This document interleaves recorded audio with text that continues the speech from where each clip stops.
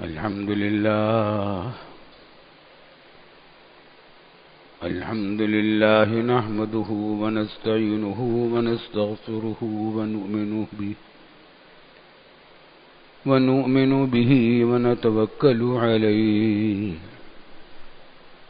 ونعوذ بالله من شرور أنفسنا ومن سيئات أعمالنا من يهده الله فلا مضل له ومن يضلله فلا هادي له ونشهد أن لا إله إلا الله وحده لا شريك له ونشهد أن سيدنا وسندنا ومولانا محمدا عبده ورسوله صلى الله تعالى عليه وعلى آله وصحبه أجمعين وسلم تسليما كثيرا أما بعد فأعوذ بالله من الشيطان الرجيم بسم الله الرحمن الرحيم يا أيها الذين آمنوا ادخلوا في السلم كافة ولا تتبعوا خطوات الشيطان إنه لكم عدو مبين. بزرگان محترم اور برادران عزیز، اس آیت کے بارے میں پچھلے کئی جمعوں سے بیان ہو رہا ہے. آیت کا مضمون یہ ہے کہ اسلام میں پورے کے پورے داخل ہو جاؤ. اے مومنین، اے ایمان والو، اسلام میں پورے داخل ہو جاؤ. خطاب کافروں سے نہیں ہو رہا، ایمان والوں سے خطاب ہے. اے ایمان والو، پورے اسلام میں پورے داخل ہو جاؤ. کیا مطلب ہے؟ کہ بلا شبہ ایمان کی دولت سے اللہ تعالیٰ نے تمہیں مالا مال کر دیا، اور ایمان بہت بڑی دولت ہے. اس دنیا کے اندر ہمارے لیے سب سے بڑی دولت ایمان ہے. اس کے برابر کوئی دولت نہیں، کوئی نعمت نہیں. ہمارا سب سے بڑا سرمایہ ایمان ہے. اللہ تعالیٰ اس ایمان کو ہمیں قبر تک پہنچا دے، اس ایمان کے ساتھ پہنچا دے.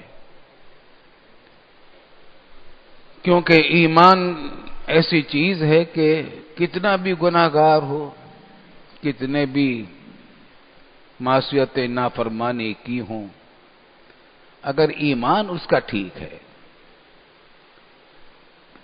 تو اگر اس کو یہ تو اللہ تعالیٰ معاف ہی کر دے. یہ بھی ہو سکتا ہے معاف کر دے، بڑے سے بڑے گناہ گار کو بھی معاف کر سکتا ہے. وہ اللہ نے وعدہ بھی فرما بھی رکھا، جس کو ہم چاہیں گے مغفرت کریں گے، جس کو چاہیں گے سزا دیں گے. لیکن قانون یہ ہے کہ جو شخص گناہ کرے گا، توبہ نہیں کرے گا، تو اس کو سزا ملے گی آخرت میں. جیسا گناہ ہوگا اس کے مطابق سزا ملے گی. جہنم میں بھی جائیں گے، بہت سارے مومنین جہنم میں جائیں گے. لیکن سب سے بڑی بات یہ ہے کہ مومنین کو جہنم میں ہمیشہ نہیں رکھا جائے گا. ایمان کی دولت ایسی ہے کہ یہ ایمان کی دولت بڑے سے بڑے بدکار انسان کو جہنم میں ہمیشہ نہیں رہنے دے گا، بلکہ نکال دے گا، آخر میں جنت میں پہنچائے گا. اور جب جنت میں پہنچے گا تو پچھلے سب غم بھول جائے گا، سارے دکھ درد بھول جائے گا. یاد بھی نہیں رہے گا کبھی کوئی مصیبت بھی آئی تھی. لیکن اللہ پناہ میں رکھے جو وقت گزر جائے گا جہنم میں، اللہ پناہ میں رکھے، کتنے ہولناک ہے. اس کی تفاصیل جو قرآن کریم نے اور احادیث نے بیان کی ہیں، رونگٹے کھڑے ہوتے ہیں. 1 منٹ کے لیے جہنم میں اگر خدا نہ خواستہ چلا جائے کوئی آدمی، کیسی بڑی مصیبت ہے، اللہ پناہ میں رکھے. لیکن ایمان کی دولت یہ ہے کہ ایمان والا جہنم میں ہمیشہ نہیں رہے گا، نکال لیا جائے گا، پھر جنت میں پہنچا دیا جائے گا. برخلاف کافروں کے، وہ تو ہمیشہ جہنم میں رہیں گے. جہنم کا ایندھن ہے،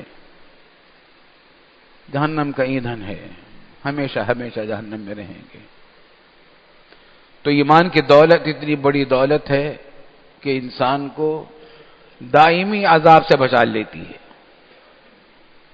لیکن قرآن کہہ رہا ہے کہ ٹھیک ہے، ہمیشہ جہنم میں سے تو بچ جاؤ گے ایمان کے بدولت ہمیشہ رہنے سے، لیکن اگر گناہ کرو گے تو جہنم کی سزا کے مستحق بن جاؤ گے۔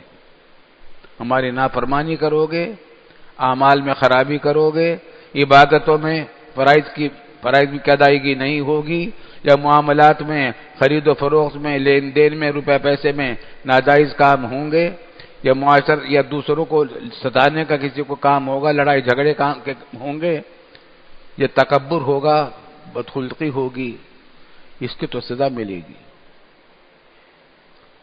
قانون تو یہی ہے کہ سزا تو ملے گی، اور اگر سزا مل گئی خدا نخواستہ جہنم میں جانے کی تو کیسی بڑی آفت ہوگی۔ حدیث میں اس سے واقعات بیان کیے گئے ہیں۔ ایک حدیث میں آتا ہے کہ ایک شخص آئے گا، مومن ہوگا، ایمان والا ہوگا، اور بہت ساری نیکیاں لے کر آئے گا، انبار کے انبار۔ احادیث اور قرآن کریم سے معلوم ہوتا ہے کہ وہ جتنے اعمال ہیں وہ جسمانی شکل اختیار کر لیں گے، اور ان کا وزن بھی ہوگا، لمبائی چوڑائی بھی ہوگی ان کی، مختلف اعمال کی شکلیں مختلف ہوں گی۔ تو اپنی نیکیوں کے انبار لے کر آئے گا، بہت خوش ہو رہا ہوگا کہ آج تو میرا پلہ بہت بھاری ہے، نجات ہو جائے گی۔ لیکن وزن اعمال ہو رہا ہوگا، اعمال کا وزن ہوگا، خوش ہو رہا ہوگا کہ میرا تو پلڑا بھاری ہو جائے گا، لیکن ابھی ادھر سے ایک آدمی آئے گا کہ اس نے، یا اللہ آپ نے وعدہ کیا تھا کہ ہر انسان کو آخرت میں انصاف دلایا جائے گا، جن کو دنیا میں انصاف نہیں ملا آخرت میں دیا جائے گا۔ کسی نے مجھے گالی دی تھی، اس کا بدلہ مجھے دلوایا جائے۔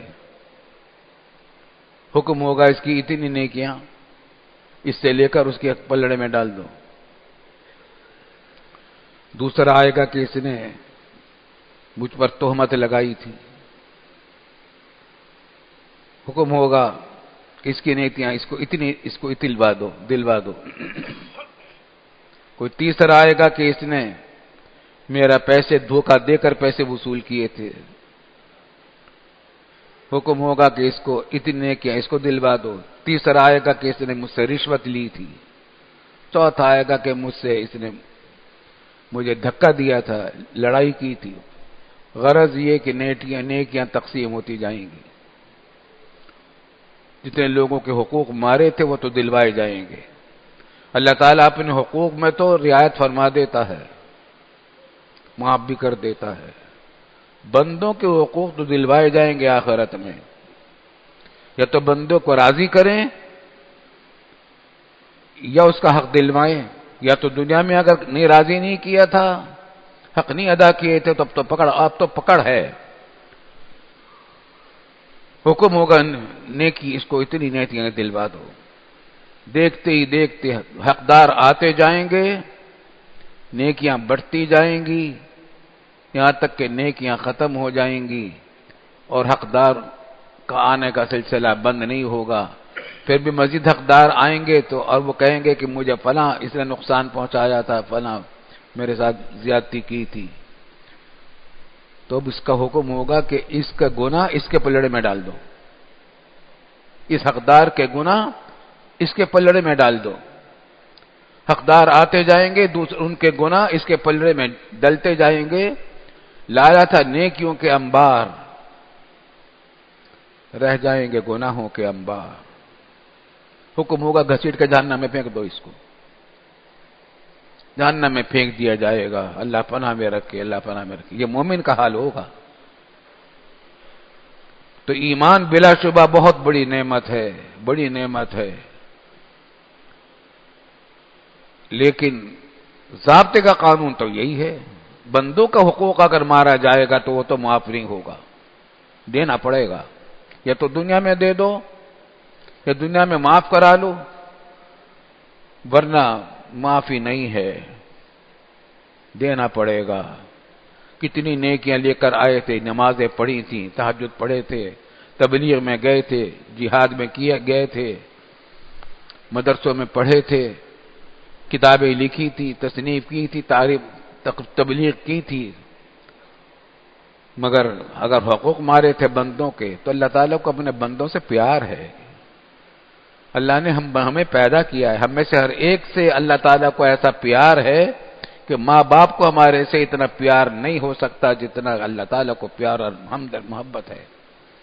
وہ اپنی مخلوق سے محبت کرتا ہے۔ ہم تو انسان ہیں، جانوروں کے ساتھ اللہ تعالیٰ کا پیار اور محبت ہے۔ جانور کو اگر کوئی بے وجہ ستاتا ہے تو اس کی بھی سزا ہے، اس کی بھی سزا ہے۔ حدیث میں آتا ہے کہ جانوروں کو بھی بے وجہ تکلیف نہ پہنچاؤ، ان کے کھانے کا پینے کا لحاظ رکھو۔ ایک شخص کا دیکھا باغ میں کہ اونٹ بیچارہ بھوک سے بلبلا رہا تھا اور مالک بے فکر پڑا تھا۔ اللہ حضور صلی اللہ علیہ وسلم نے بلایا اس کو اور کہا کہ تم اس کے چارے کا انتظام نہیں کرتے، تمہیں خدا کا خوف نہیں ہے اس بات کا کہ تم سے پوچھ ہونے والی ہے اس بات کی؟ تو جانوروں کو ستانا بھی جائز نہیں، مخلوق ہے اللہ رب العالمین کی، تو پھر انسان تو انسان ہے۔ کافروں کو ستانا بھی جائز نہیں ہے بے وجہ۔ بعض لوگ یہ سمجھتے ہیں کہ چلو مسلمانوں کے ساتھ تو اچھا معاملہ کر لو، کافروں کو ستا دو۔ بالکل نہیں، ہرگز نہیں۔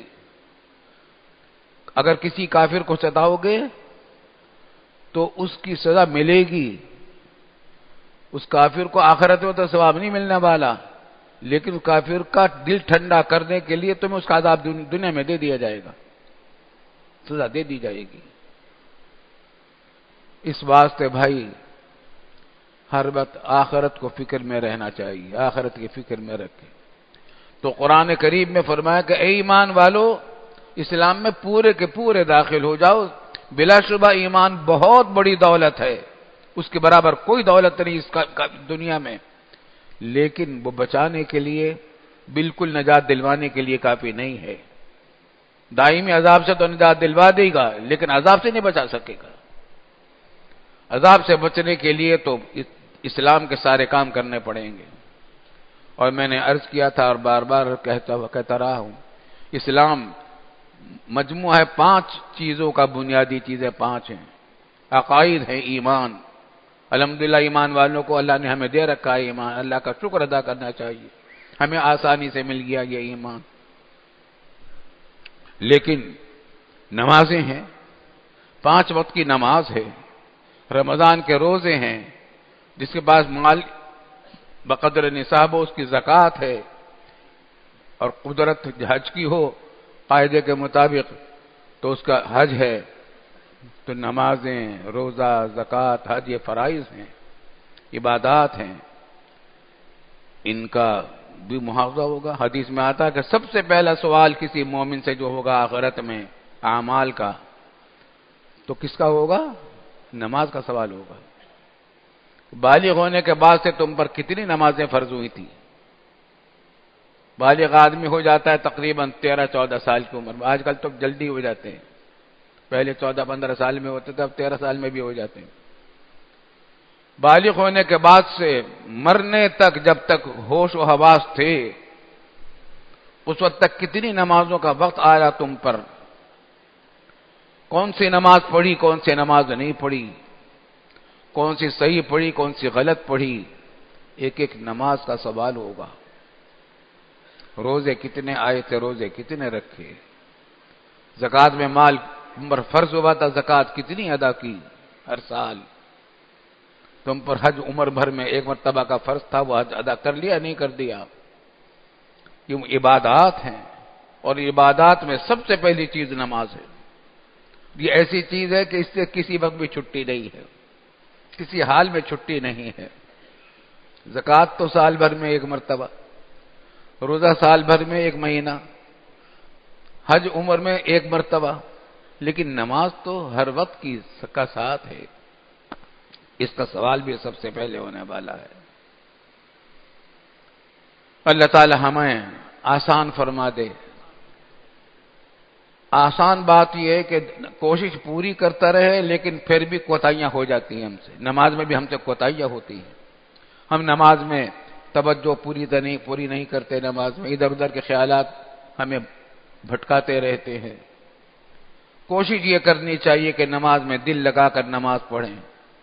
طرح طرح کے خیالات آتے رہتے ہیں، جب بھی خیال کوئی دوسرا آ جائے تو فوراً لوٹ آئے وہیں سے واپس۔ حکیم الامت حضرت تھانوی رحمۃ اللہ علیہ نے اس کا طریقہ بتلایا کہ نماز کے جو جتنے ذکر پڑھتے ہیں، تلاوت کرتے ہیں، تسبیحات پڑھتے ہیں، اللہ اکبر کہتے ہیں، تحیات میں بیٹھتے ہیں، جو کچھ بھی آپ پڑھتے ہیں وہ اپنے حفظ اور یادداشت سے نہ پڑھیں، بلکہ سوچ سوچ کر پڑھیں۔ الحمدللہ رب العالمین، تصور کر کے پڑھیں کہ میں الحمد کہہ رہا ہوں، اب للہ ہی کہہ رہا ہوں، رب العالمین کہہ رہا ہوں۔ لفظ کی طرف توجہ رکھیں تو خیال ادھر ادھر نہیں جائے گا، اور اگر جائے گا بھی تو پھر واپس آ جائیں۔ جو خود بخود خیال ہٹ جائے وہ معاف ہے۔ اپنی طرف سے خیال لانے کی کوشش نہ کی جائے، اگر لانے کی کوشش ہو جائے گی تو یہ تو بہت بدتمیزی کی بات ہوگی، اور یہ جائز بھی نہیں ہے کہ چلو دو باتیں سوچنی تھی نماز کے بعد وہ ابھی سوچ لو، جو کچھ منصوبہ بندی کرنی تھی نماز سے پہلے یا بعد چلو نماز میں کر لیں گے، تو یہ نہیں۔ نماز تو صرف اللہ کے لیے ہے، اللہ کے سامنے حاضر ہیں، خطاب اللہ سے ہو رہا ہے، ایاک نعبد و ایاک نستعین، یا رب ہم آپ ہی کی عبادت کر رہے ہیں اور آپ ہی سے مدد مانگ رہے ہیں، باتیں اللہ سے کر رہے ہو، پھر ادھر ادھر کی باتیں کرو گے۔ آپ سے اگر کوئی آپ کا خادم ملازم آپ کے سامنے کھڑا ہو اور باتیں کر رہا ہو اور آپ اس سے متوجہ ہوں اور وہ ادھر کی ادھر باتیں کرتا ہو، کتنا آپ کو برا لگے گا کہ یہ بدتمیز ہے، اس کو بات کرنے کا سلیقہ نہیں۔ ہم اس کی طرف متوجہ، اس کی بات سن رہے ہیں، یہ باتیں کرتے کرتے ادھر ادھر کی باتیں کرنے لگتا ہے، کبھی اس سے بات کر لی، کبھی اس سے بات کر لی، کبھی اس سے، کتنی بدتمیزی کی بات ہے۔ تو اللہ تعالیٰ کے حضور حاضر ہیں تو حاضر پوری طرح ہوں۔ جب ہٹ جائے خیال، یہ اللہ کا کرم ہے کہ غیر اختیاری چیز معاف ہے، یہ کرم ہے اللہ رب العالمین کا۔ وہ ان کو معلوم ہے کہ ہمارے اندر کمزوریاں بہت ہیں، بہت سارے گناہ یا بہت ساری کوتاہیاں، گناہ نہیں کہ بہت ساری کوتاہیاں ہم سے ارادہ نہیں کرتے ہم ان کوتاہیوں کا، مگر ہو جاتی ہیں، غیر اختیاری طور پر ہو جاتی ہیں، کوشش کرتے ہیں اس کے باوجود ہو جاتی ہیں، وہ سب معاف ہے۔ لا یکلف اللہ نفسا الا وسعها، اللہ تعالیٰ نے قانون بنا دیا کہ اللہ تعالیٰ ذمہ داری نہیں ڈالتا کسی کے اوپر اس کی طاقت سے باہر کی، جو طاقت سے باہر ہے وہ معاف ہے۔ تو خیال اگر بٹ گیا غیر اختیاری طور پر معاف ہے، اختیاری طور پر اگر خیالات لاؤ گے تو وہ غلط ہوگا۔ تو بھائی آج کل ہمارے واسطے جو سب سے بڑا مسئلہ بنا ہوا ہے کہ الحمدللہ ہم مسلمان ہیں، اللہ کا بڑا فضل و کرم ہے، اللہ تعالیٰ اس ایمان کو ہمارے قبر تک پہنچا دے، عافیت کے ساتھ پہنچا دے، حفاظت کے ساتھ پہنچا دے۔ لیکن ہم مسلمان ہیں تو اسلام کی ساری ذمہ داری ہم پر ہے۔ ہم نے پاکستان حاصل کیا تھا، یہ نعرے لگا کر کے لے کے رہیں گے پاکستان، دینا پڑے گا پاکستان، اپنا سر کٹائیں گے، پاکستان بنائیں گے۔ پاکستان کا مطلب کیا؟ لا الہ الا اللہ۔ پاکستان کا مطلب کیا؟ لا الہ الا اللہ۔ پاکستان کا مطلب کیا؟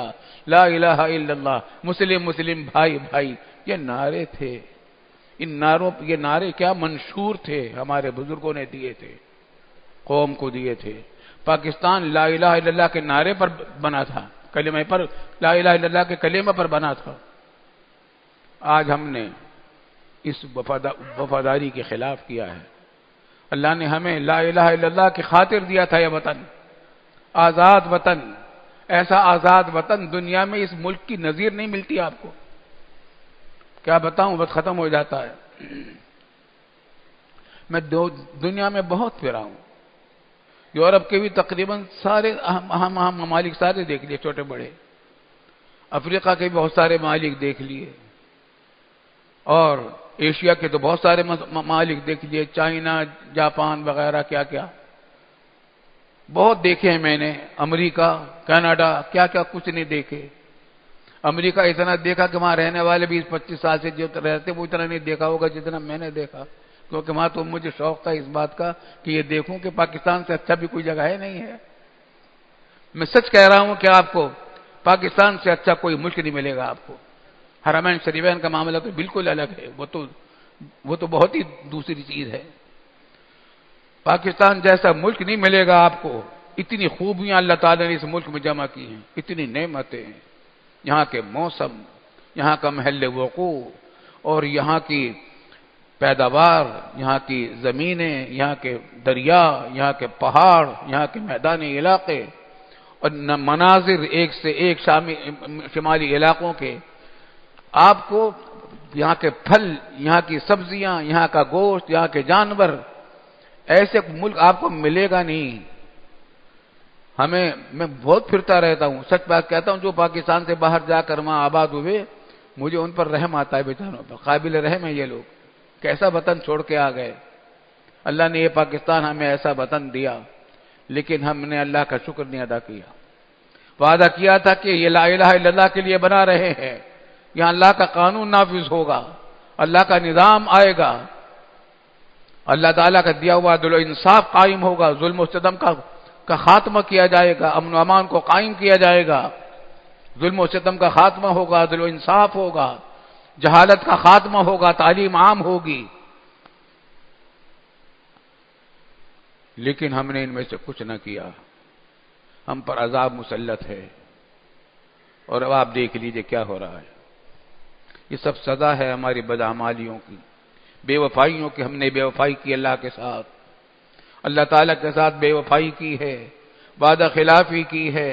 اتنا بڑا ملک ہمیں دلوایا اللہ رب العالمین نے، اور بغیر کسی جنگ کے دلوایا، ووٹ کی طاقت پر دلوا دیا، لیکن قتل و غارت گری پھر ہمارے دشمنوں نے کی، اور 1 کروڑ کے قریب انسان اپنے وطن چھوڑ چھوڑ کر یہاں آئے۔ اتنا جذبہ تھا اس وقت تک دین کا لوگوں کے دلوں میں کہ ہر ایک بالکل ہر طرح کی قربانی دینے کے لیے تیار تھا، اسلام کے لیے، پاکستان کے لیے، پاکستان کی حفاظت کے لیے۔ لیکن ہمارے سیاسی جماعتوں نے، سیاسی لیڈروں نے قوم کی رہنمائی صحیح نہ کی، اور طرح طرح کے مسائل میں لگ گئے۔ آج کیا تماشا بنا ہوا ہے، اسمبلیاں، سینٹ، مچھلی بازار بنی ہوئی ہیں، ایک دوسرے کو گالیاں دے رہے ہیں۔ اخبار اٹھا کر دیکھیں، بڑے بڑے لیڈر دوسرے کو گالیاں دیتے ہیں۔ قوم کو کیا سکھا رہے ہیں، بچوں کو کیا سکھا رہے ہیں، اس نئی نسل کو کیا سکھا رہے ہیں کہ تمہارا اخلاق کیسا ہوتا ہے۔ اور پھر کرپشن کا کوئی حد و انتہا نہیں، جدھر اٹھاؤ کرپشن ہی کرپشن، کرپشن ہی کرپشن۔ نتیجہ یہ ہے کہ دشمن نے ہمارے گھروں کے اندر، ہمارے وطن کے اندر، گلیوں کے اندر، شہروں کے اندر، محلوں کے اندر اپنے نمائندے، اپنے گماشتے، اپنے اعلی کار بھیج دیے ہیں۔ وہ ہمیں اندر کی جنگ لڑ رہے ہیں، جنہوں باہر سے تو جنگ دشمنوں نے ظاہر کر ہی رکھی ہے۔ انڈیا نے اور دوسرے ممالک نے مل کر جو اسلام کے دشمن ہے، پاکستان کے دشمن ہے، پاکستان کے خلاف گھیرا ڈالا ہے ہر طرح سے، لیکن اندر سے انہوں نے اپنے کارندے ہمارے گھروں کے اندر گھسا دی، مسجدوں تک اندر پہنچا دیا ہے، بازاروں میں پہنچا دیا ہے، گلیوں کے اندر پہنچا دیا ہے، اور یہ خود کچھ دھماکے کر رہے ہیں اسلام کا نام لے کر، اسلام کا نام لے کر، جہاد کا نام لے کر، پاکستان کا نام لے کر اسلام کو بھی بدنام کر رہے ہیں، اس جہاد کو بھی بدنام کر رہے ہیں، مسلمانوں کو بھی بدنام کر رہے ہیں، پاکستان کو بھی بدنام کر رہے ہیں۔ لیکن یہ نتیجہ ہے ہماری بے وفائیوں کا۔ اگر ہم نے اس قوم کی تربیت کی ہوتی، اپنی نسلوں کے اندر خود اعتمادی پیدا کی ہوتی، اپنا قومی شعور پیدا کیا ہوتا، قومی زبان، قومی کلچر، قومی مذہب، قومی تعلیم، ان کی تاریخ، اور پاکستان سے محبت دلوں میں پیدا کی ہوتی، تو یہی کرپشن کا یہ حال نہ ہوتا۔ اب تو یہ ہوتا ہے کہ جو افسران، یہی تو انہوں نے وہی پہلے بڑے ہیں، تعلیم ان کو نہیں ملی، پاکستان سے محبت کا سبق ان کو نہیں ملا، پاکستان کی تاریخ ان کو نہیں بتائی گئی، وہ جذبات نہیں پیدا کیے گئے جس سے جو ایک قوم کے اندر پیدا ہوا کرتے ہیں محبت کے۔ نتیجہ ایک وہ افسران بن گئے ہیں، اب لوٹ میں لگے ہوئے ہیں بڑے اللہ ماشاء اللہ، بہت کم لوگ ہیں بیچارے جو اب بھی حلال کھاتے ہیں الحمدللہ، لیکن کتنی بڑی تعداد ہے جو حرام خوری کر رہی ہے۔ اسی کے نتیجے میں پھر ان دہشت گردوں کو بھی موقع مل جاتا ہے، وہ فائدہ اٹھا لیتے ہیں ہماری بدعنوانیوں سے۔ تو سوائے اس کے بھائی نہیں ہے کہ توبہ اور استغفار کریں، اپنے واپس لوٹیں۔ ایک بات میں عرض کر دوں، حکومت کے لوگوں سے تو کہتے ہی رہنا چاہیے، ہم کہتے ہیں، لیکن اس انتظار میں نہ رہیں کہ سارے حکومت کے لوگ خود ٹھیک ہو جائیں گے۔ اپنے آپ کو تو ٹھیک کریں، اپنے آپ کو تو ٹھیک کریں، گناہوں سے توبہ کریں، استغفار کریں کہ یا اللہ ہمیں تیرا سامنا کرنا ہے آخرت میں جا کر، ہمارے اعمال کی اصلاح کر دیجئے۔ کوشش بھی کریں، دعا بھی کریں، کوشش کریں گے تو انشاءاللہ تعالی آخرت کے عذاب سے بچ جائیں گے۔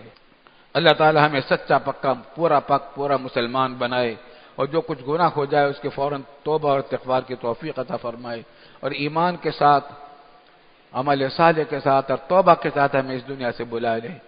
وآخر دعوانا الحمدللہ رب العالمین۔